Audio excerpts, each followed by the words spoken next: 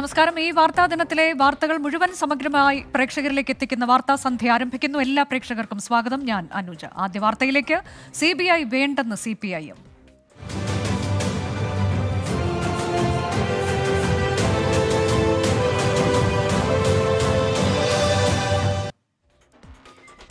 ADM K. Naveen ബാബുവിന്റെ മരണത്തിൽ CBI അന്വേഷണം വേണമെന്ന കുടുംബത്തിന്റെ ആവശ്യം തള്ളി CPIM. CBI കൂട്ടിലടച്ച തത്തയാണെന്ന് സംസ്ഥാന സെക്രട്ടറി MV ഗോവിന്ദൻ. CBI എന്നത് അവസാന അന്വേഷണമല്ലെന്നും കോടതി കേസ് ഡയറി പരിശോധിച്ച വിഷയത്തിൽ തീരുമാനം പറയട്ടെ എന്നും MV ഗോവിന്ദൻ പറഞ്ഞു. CBI അന്വേഷണത്തിൽ ഞങ്ങൾക്ക് നല്ല വ്യക്തമായ നിലപാടുണ്ടല്ലോ. അത് സുപ്രീം കോടതി തന്നെ പറഞ്ഞിട്ടുണ്ടല്ലോ, കൂട്ടിക്കിടക്കുന്ന തത്തയാണെന്ന്. അത് വെറുതെ പറഞ്ഞല്ലോ, അത് കൃത്യമായ നിലപാട് തന്നെയാണല്ലോ. അവിടെ അതിനെ സംബന്ധിച്ച് ഞങ്ങൾക്ക് വ്യക്തമായ നിലപാടുണ്ട്. പാർട്ടിക്ക് CBI അന്വേഷണവുമായി ബന്ധപ്പെട്ട നിലപാട് CPM-നുണ്ട്. അതിലൊന്നും മാറ്റം ഞങ്ങൾ വരുത്തിയില്ല.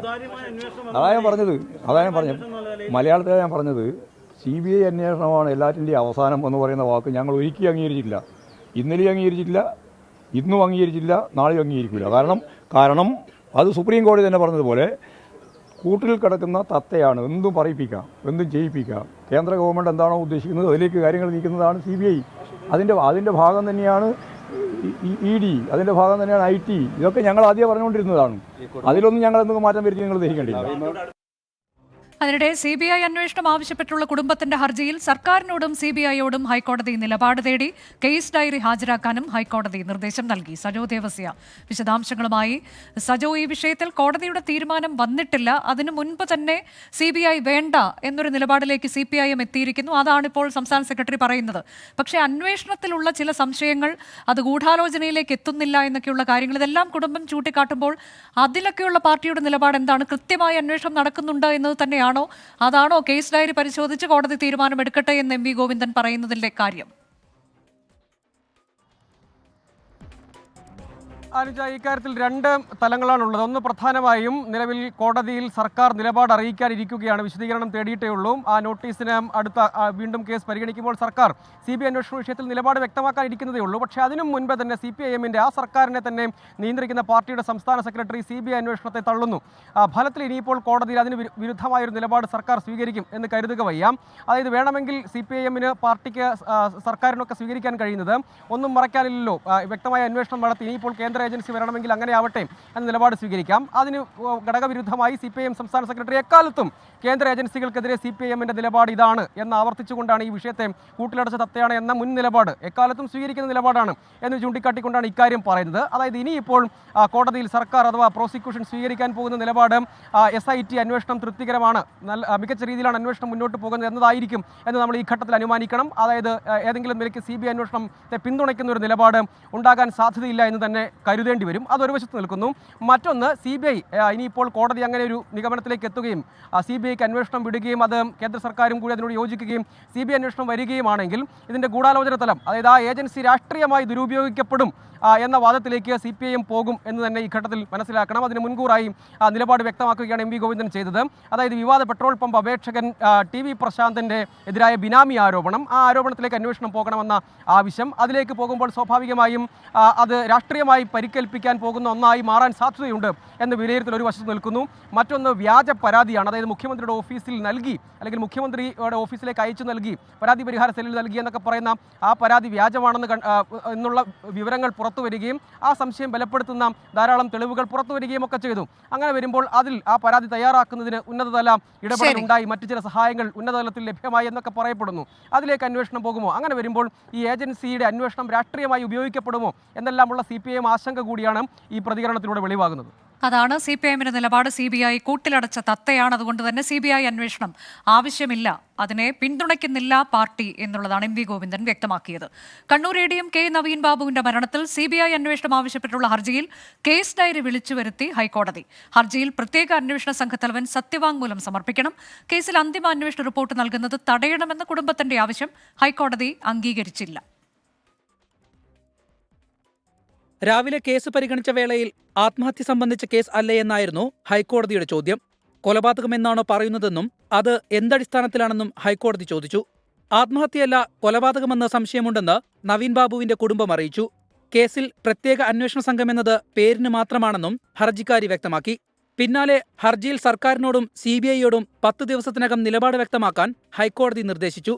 കേസിലെ അന്വേഷണ ഉദ്യോഗസ്ഥൻ സത്യവാങ്മൂലം നൽകണമെന്നും കേസ് ഡയറി ഹാജരാക്കണമെന്നും നിർദ്ദേശമുണ്ട്. കേസിൽ അന്തിമ അന്വേഷണ റിപ്പോർട്ട് നൽകുന്നത് തടയണമെന്ന കുടുംബത്തിന്റെ ആവശ്യം ഹൈക്കോടതി അംഗീകരിച്ചില്ല. SIT അന്വേഷണം പൂർത്തിയാക്കട്ടെയെന്നും കുറ്റപത്രം നൽകിയാലും CBI അന്വേഷണത്തിന് ഉത്തരവിടാനാകുമെന്നും കോടതി ചൂണ്ടിക്കാട്ടി. 24 കൊച്ചി. ഇപ്പോൾ മലയാലപ്പുഴ മോഹനന്റെ പ്രതികരണം വന്നിട്ടുണ്ട്. അദ്ദേഹം നവീൻ ബാബുവിന്റെ ബന്ധു കൂടിയാണ്, CPIM നേതാവുമാണ്. അദ്ദേഹത്തിന്റെ പ്രതികരണം. CBI പാർട്ടിയെ എതിർത്തില്ലല്ലോ. CBI അന്വേഷണത്തെ പാർട്ടി എതിർക്കുന്നില്ല. CBI അന്വേഷണം അവസാന വാക്കല്ല എന്നാ പറഞ്ഞ വാക്കിൻ്റെ അത് ശരിയാത്. എത്ര അനുഭവമുണ്ട് CBI സംബന്ധിച്ച്. ഒരുപാട് കേസുകൾ സുപ്രീം കോടതി തന്നെ വിലയിരുത്തിയിട്ടുള്ളതാണ്. സുപ്രീം കോടതിയുടെ വാക്കുകൾ പോലുമാണ് എടുത്ത് ഉപയോഗിച്ചിട്ടുള്ളത്. അപ്പോൾ അതിന് വ്യത്യാസമൊന്നുമില്ല. അവരോടൊപ്പം ഉണ്ടാകും എന്നുള്ള കാര്യത്തിൽ വ്യത്യസ്ത അഭിപ്രായമൊന്നും ഇതുവരെ പാർട്ടി എന്നുള്ള രീതിയിൽ എങ്ങും പ്രകടിപ്പിച്ചത് എനിക്കറിയില്ല.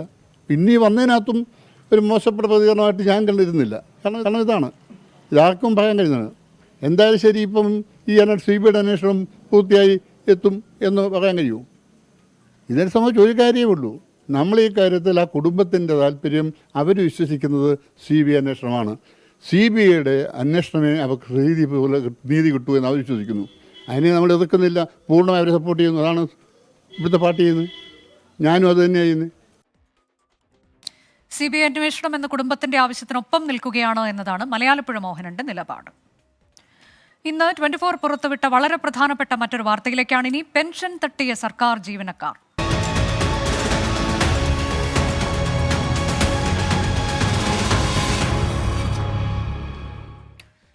സാമൂഹ്യ സുരക്ഷാ പെൻഷൻ അനധികൃതമായി കൈപ്പറ്റി സർക്കാർ ജീവനക്കാർ, കോളേജ്, സ്കൂൾ അധ്യാപകരും ഗസറ്റഡ് ഓഫീസർമാരും ഉൾപ്പെടെ 1458 ജീവനക്കാർ ക്ഷേമ പെൻഷൻ കൈപ്പറ്റിയെന്നാണ് അന്വേഷണത്തിൽ കണ്ടെത്തിയത്. തുക പലിശ സഹിതം തിരിച്ചു പിടിക്കുമെന്നും അച്ചടക്ക നടപടി സ്വീകരിക്കാൻ നിർദ്ദേശം നൽകിയെന്നും ധനമന്ത്രി KN ബാലഗോപാൽ അറിയിച്ചു. 24 ബിഗ് ബ്രേക്ക്. ക്ഷേമ പെൻഷൻ തട്ടിപ്പിന് തടയിടാനായിരുന്നു വിശദമായ പരിശോധനയ്ക്ക് ഇൻഫർമേഷൻ കേരള മിഷനെ ചുമതലപ്പെടുത്തിയത്. പ്രാഥമിക റിപ്പോർട്ട് തന്നെ ഞെട്ടിക്കുന്നത്, സർക്കാർ ജീവനക്കാരായി തുടരുന്ന 1458 പേർ ശമ്പളത്തിനോടൊപ്പം 1600 രൂപ ക്ഷേമ പെൻഷനും കൈപ്പറ്റുന്നു. ഇതിൽ 2 കോളേജ് അധ്യാപകരും 3 ഹയർ സെക്കൻഡറി അധ്യാപകരും ഉൾപ്പെടും. അനധികൃതമായി കൈപ്പറ്റിയ തുക പലിശ സഹിതം തിരികെ പിടിക്കും. ഇവർക്കെതിരെ വകുപ്പുതല നടപടിക്കും ശുപാർശ ചെയ്യുമെന്ന് ധനവകുപ്പ്. പ്രാഥമികമായ ഒരു അന്വേഷണത്തിനകത്ത് 1400ഓളം വരുന്ന സർക്കാർ ശമ്പളം വാങ്ങുന്ന വിവിധ ജീവനക്കാർ സാമൂഹ്യക്ഷേമ പെൻഷൻ മേടിക്കുന്നതായിട്ട് കണ്ടെത്തിയ ഒരു ഫയൽ വന്നിട്ടുണ്ട്. അത് സംബന്ധിച്ച് വളരെ കൃത്യമായി അന്വേഷിച്ച് ആവശ്യമായ നടപടികൾ എടുക്കാൻ വേണ്ടിയിട്ട് നിർദ്ദേശം വകുപ്പുകൾക്ക് നൽകിയിട്ടുണ്ട്. ക്ഷേമ പെൻഷനിൽ കൈയിട്ട് വരുന്നതിൽ കൂടുതൽ പേരും ആരോഗ്യവകുപ്പിലെ ഉദ്യോഗസ്ഥരാണ്, 373 പേർ. മറ്റു വകുപ്പുകളും പിന്നിലല്ല. പൊതുവിദ്യാഭ്യാസ വകുപ്പ് 224 പേർ, ആരോഗ്യ വിദ്യാഭ്യാസ വകുപ്പ് 124 പേർ, ആയുർവേദ വകുപ്പ് 114 പേർ, മൃഗസംരക്ഷണ വകുപ്പ് 74 പേർ, പൊതുമരാമത്ത് വകുപ്പ് 47 പേർ. ഇങ്ങനെ നീളുന്നു പട്ടിക. 10 പോലീസ് ഉദ്യോഗസ്ഥരും പട്ടികയിൽ ഉൾപ്പെട്ടിട്ടുണ്ട്. തുക തിരികെ പിടിക്കുന്നതിൽ പലിശ നിരക്ക് എത്രയെന്ന് പിന്നീട് തീരുമാനിക്കും. വകുപ്പ് തല നടപടിക്ക് പുറമെ നിയമ നടപടി വേണമോ എന്നതും സർക്കാർ തീരുമാനിക്കും. ഈ പട്ടിക ഇവിടെ ഒതുങ്ങില്ല. പരിശോധന തുടരാനാണ് ധനവകുപ്പിന്റെ തീരുമാനം. അത് പെൻഷനായവർക്കിടയിലും എയ്ഡഡ് സ്ഥാപനങ്ങളിൽ ജോലി ചെയ്യുന്നവർക്കിടയിലും താൽക്കാലിക ജീവനക്കാർക്കിടയിലുമെല്ലാം ഈ പരിശോധന തുടരും. കർശന നടപടികളും ഉണ്ടാകും. ഉമേഷ് ബാലകൃഷ്ണൻ, 24 തിരുവനന്തപുരം. സാമൂഹ്യക്ഷേമ പെൻഷൻ അനർഹമായി കൈപ്പറ്റിയ കള്ളനാണയങ്ങൾക്കെതിരെ കർശന നടപടിയെടുക്കുമെന്ന് CPIM സംസ്ഥാന സെക്രട്ടറി MV ഗോവിന്ദൻ. ലക്ഷക്കണക്കിന് ആളുകൾക്ക് പെൻഷൻ നൽകുമ്പോൾ ചില പുഴുക്കുത്തുകൾ ഉണ്ടാകുമെന്നും MV ഗോവിന്ദൻ പറഞ്ഞു. അതെ, അതൊക്കെ ഇതിപ്പോൾ 62 ലക്ഷം ആളുകൾ വാങ്ങുന്നില്ലേ, അതിൻ്റെ അകത്ത് ചില കള്ളനാണയങ്ങളൊക്കെ ഉണ്ടാവും. അത് ഉണ്ട് ഉണ്ടെങ്കിൽ അതൊക്കെ കണ്ടെത്തിയിട്ട് പരിഹരിക്കുന്നതിന് ആവശ്യമായ നിലപാട് സ്വീകരിക്കുന്നത് ഇവിടെ ആർക്കായി എതിർപ്പുള്ളത്? പരിഹരിച്ചോട്ടെ. അവർക്കാരെങ്കിലും കൊടുക്കണമെന്ന് ഞങ്ങളാരും പറയുന്നുണ്ടോ? ദുർബലരായ പാവപ്പെട്ട ജനങ്ങൾക്ക് കൊടുക്കേണ്ടത് പെൻഷൻ ഇമാതിരിയുള്ള ആർക്കും കൊടുക്കേണ്ട വല്ല കാര്യമുണ്ടോ? അതൊക്കെ കണ്ടുപിടിച്ച് ആവശ്യമായ നിലപാട് സ്വീകരിച്ച് അവരെല്ലാം ഇതിൽ നിന്ന് ഒഴിവാക്കി കൃത്യമായിട്ട് അർഹതപ്പെട്ടവർ തന്നെയാണ് വാങ്ങുന്നത് എന്നുള്ളതിന് ഉറപ്പുണ്ടാക്കുക എന്നുള്ളത് തന്നെയാണ് ഉദ്ദേശിച്ചത്.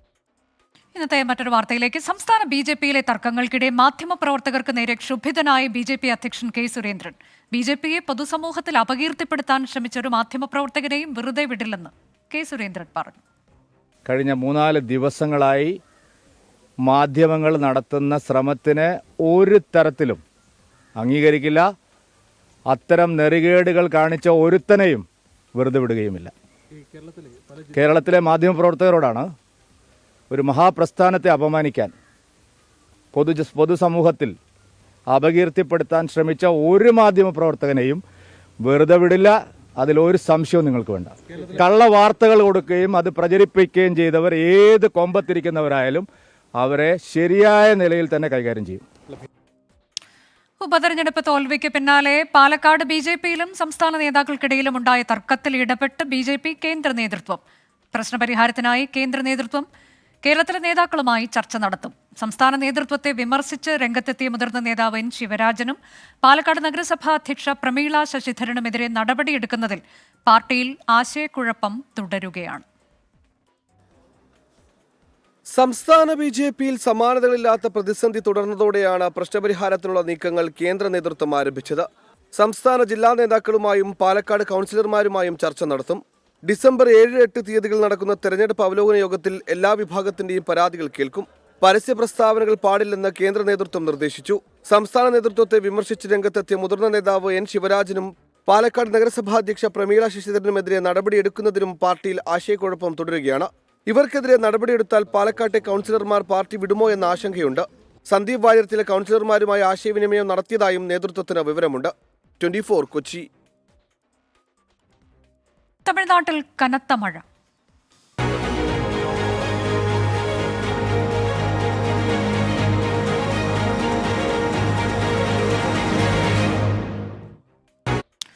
ബംഗാൾ ഉൾക്കടലിൽ രൂപം കൊണ്ട കനത്ത ന്യൂനമർദ്ദം ഇന്ന് രാത്രിയോടെ ഫിൻജാൽ ചുഴലിക്കാറ്റായി മാറിയേക്കും. തമിഴ്നാട്ടിലെ വിവിധയിടങ്ങളിൽ ശക്തമായ മഴ തുടരുകയാണ്. 4 ജില്ലകളിൽ റെഡ് അലേർട്ടും 6 ഇടങ്ങളിൽ ഓറഞ്ച് അലേർട്ടും പ്രഖ്യാപിച്ചു.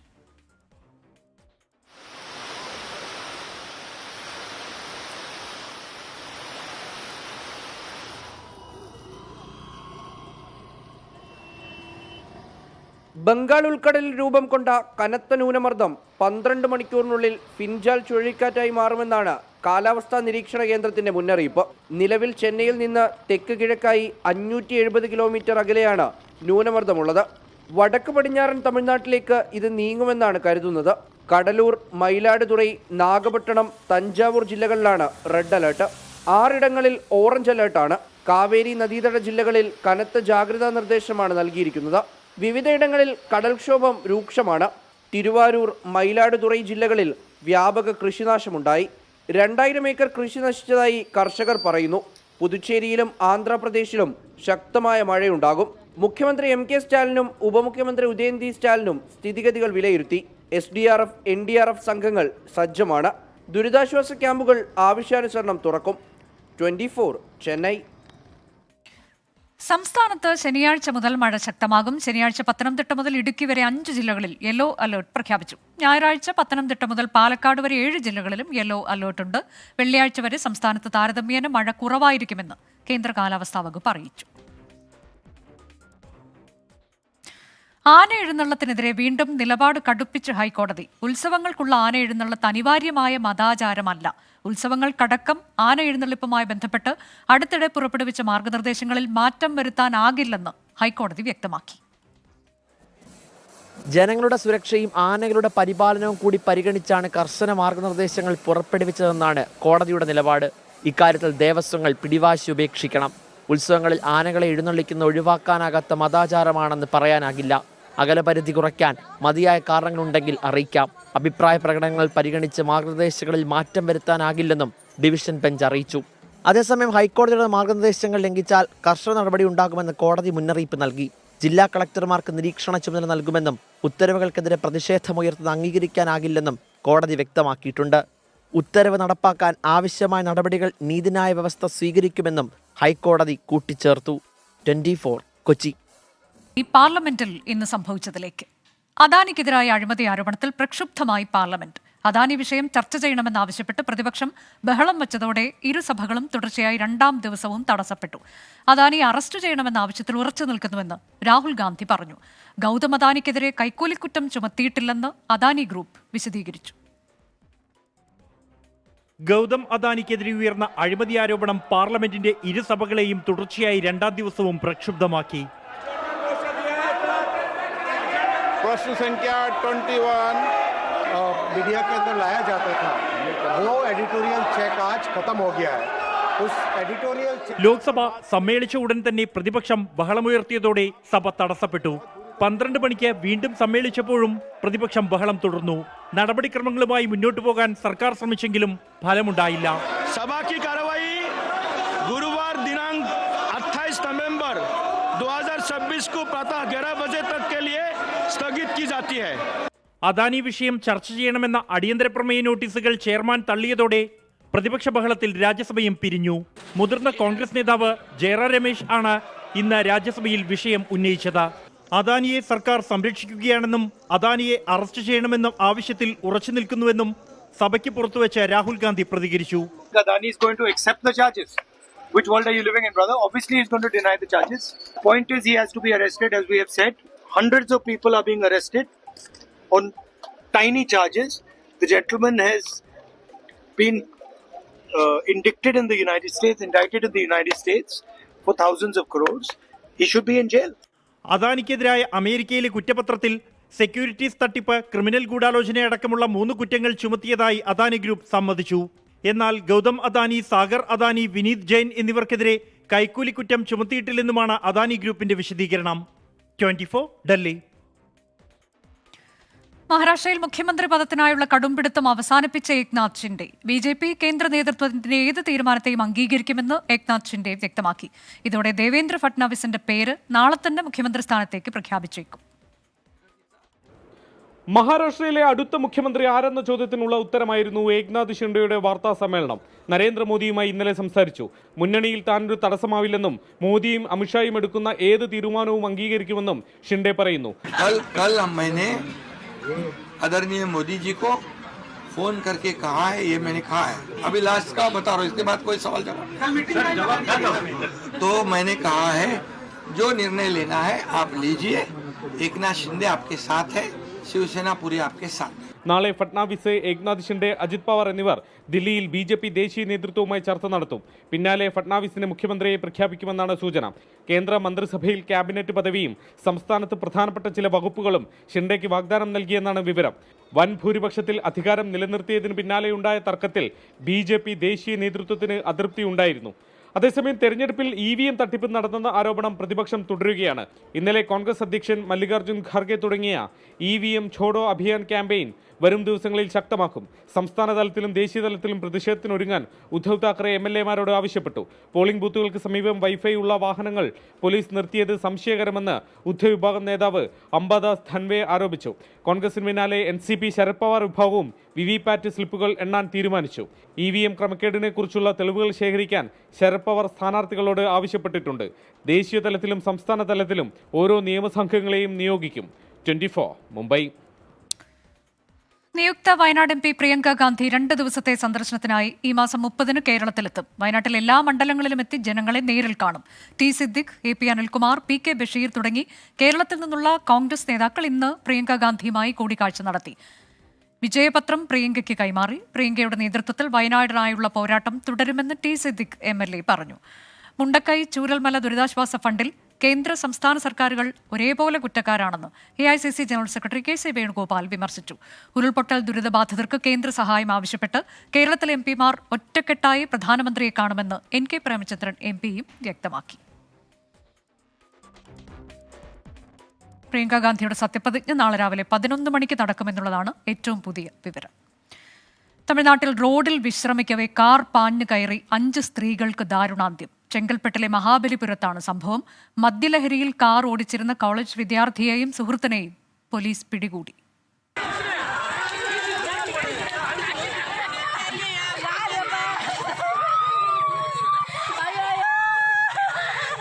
മഹാബലിപുരത്തെ OMR റോഡിലായിരുന്നു സംഭവം. കന്നുകാലികളെ മേയ്ക്കുന്ന 5 സ്ത്രീകൾ റോഡിന് സമീപം വിശ്രമിക്കുകയായിരുന്നു. ഇതിനിടയിലാണ് നിയന്ത്രണം വിട്ടുവന്ന കാർ ഇവരുടെ ശരീരത്തിലൂടെ പാഞ്ഞു കയറിയത്. പണ്ഡിതമേട് സ്വദേശികളായ വിജയ, യശോദ, കാത്തായി, ഗൗരി, ആനന്ദമ്മാൾ എന്നിവർ സംഭവ സ്ഥലത്ത് വെച്ച് തന്നെ മരിച്ചു. സമീപത്തെ കോളേജിൽ പഠിക്കുന്ന 4 വിദ്യാർത്ഥികളായിരുന്നു കാറിലുണ്ടായിരുന്നത്. കാർ ഓടിച്ചിരുന്ന ജോഷുവ എന്ന 19-കാരനെയും ഇയാളുടെ സുഹൃത്തിനെയും നാട്ടുകാർ തടഞ്ഞുവെച്ച് തിരുപ്പോറൂർ പോലീസിന് കൈമാറി. മറ്റു 2 പേർ ഓടി രക്ഷപ്പെട്ടു. പ്രതികളെ നാട്ടുകാർ ചേർന്ന് മർദ്ദിക്കാൻ ശ്രമിച്ചു. ചെങ്കൽപ്പെട്ട് SP-യും സ്ഥലത്തെത്തി. പ്രതികളെ വൈദ്യപരിശോധനയ്ക്ക് ശേഷം തിരുപ്പോരൂർ പോലീസ് സ്റ്റേഷനിൽ എത്തിച്ചിട്ടുണ്ട്. രക്ഷപ്പെട്ട 2 പേർക്കായി തെരച്ചിൽ ആരംഭിച്ചു. 24 ചെന്നൈ. വഖഫ് നിയമ ഭേദഗതി ബിൽ പാർലമെന്റിന്റെ ശീതകാല സമ്മേളനത്തിൽ അവതരിപ്പിച്ചേക്കില്ല. ഇന്ന് ചേർന്ന സംയുക്ത പാർലമെന്ററി സമിതി യോഗത്തിനിടെ നാടകീയ രംഗങ്ങളുണ്ടായി. സമയപരിധി നീട്ടണമെന്ന ആവശ്യം സമിതി അധ്യക്ഷൻ ജഗദാംബിക പാൽ തള്ളിയതോടെ പ്രതിപക്ഷാംഗങ്ങൾ ഇറങ്ങിപ്പോയി. പിന്നാലെ സമയപരിധി നീട്ടണമെന്നാവശ്യപ്പെട്ട് BJP അംഗം നിഷികാന്ത് ദുബെ പ്രമേയം അവതരിപ്പിച്ചു. പ്രമേയം സ്പീക്കറുടെ പരിഗണനയ്ക്കായി സമർപ്പിക്കും. വഖഫ് നിയമ ഭേദഗതി ബില്ല് പരിഗണിക്കാനായി ഇന്ന് പാർലമെന്റ് അനക്സിൽ ചേർന്ന സംയുക്ത പാർലമെന്ററി സമിതി യോഗത്തിലാണ് നാടകീയ നീക്കങ്ങൾ. ന്യൂനപക്ഷ വിഭാഗത്തെ ബാധിക്കുന്ന സുപ്രധാന ബില്ലിൽ വിശദമായ പരിശോധന ആവശ്യമാണെന്നും സമയപരിധി നീട്ടണമെന്നും പ്രതിപക്ഷാംഗങ്ങൾ ആവശ്യപ്പെട്ടു. ഈ ആവശ്യം തള്ളിയ സമിതി അധ്യക്ഷൻ ജഗദാംബിക പാൽ JPC റിപ്പോർട്ടിന്റെ കരട് വെള്ളിയാഴ്ച സമർപ്പിക്കുമെന്ന് അറിയിച്ചു. തുടർന്ന് യോഗം ബഹിഷ്കരിച്ചിറങ്ങിയ പ്രതിപക്ഷാംഗങ്ങൾ മാധ്യമങ്ങൾക്ക് മുന്നിൽ പൊട്ടിത്തെറിച്ചു. सब चेयरमैन साहब बोलेंगे, सब जो बोलना का बात है प्रेस का चेयरमैन बोलेंगे. പ്രതിപക്ഷാംഗങ്ങൾ പുറത്തിറങ്ങിയതിന് പിന്നാലെയാണ് BJP MP നിഷികാന്ത് ദുബെയുടെ അപ്രതീക്ഷിത നീക്കം. സമയപരിധി നീട്ടണമെന്ന് ആവശ്യപ്പെട്ടുള്ള പ്രമേയം ദുബെ അവതരിപ്പിച്ചു. പ്രമേയം സ്പീക്കറുടെ പരിഗണനയ്ക്കായി സമർപ്പിക്കാൻ സമിതി അധ്യക്ഷൻ ജഗദാംബിക പാൽ തീരുമാനിച്ചു. 24 ഡൽഹി. ഇനി ശബരിമലയിലെ ഇന്നത്തെ ചടങ്ങുകൾ. സൈക്കിൾ പ്യൂർ അഗർബത്തി ശരണം സന്നിധാനം സമർപ്പിക്കുന്നത് അഗർബത്തി എന്നാൽ സൈക്കിൾ.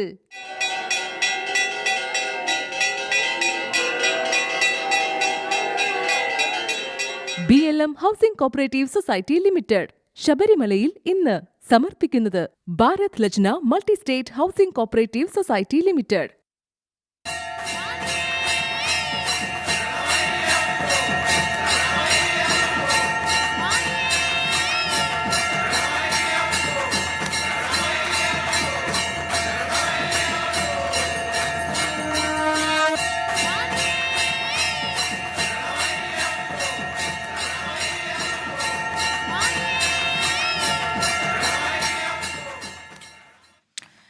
ഇപ്പോൾ വരുന്നൊരു വാർത്ത. ലോക ചെസ് ചാമ്പ്യൻഷിപ്പിൽ 3ാം റൗണ്ടിൽ ഡി ഗുഗേഷിന് ജയം എന്നുള്ളതാണ്. ഡിങ് ലിറനെയാണ് തോൽപ്പിച്ചത്. ഇതോടെ ഇരു താരങ്ങൾക്കും 1.5 പോയിന്റ് വീതമായിട്ടുണ്ട്. ആകെ 14 റൗണ്ടുകളാണ് ലോക ചെസ് ചാമ്പ്യനെ നിർണ്ണയിക്കാനുള്ള മത്സരത്തിൽ ഉള്ളത്. വാർത്താസന്ധ്യ അവസാനിക്കും.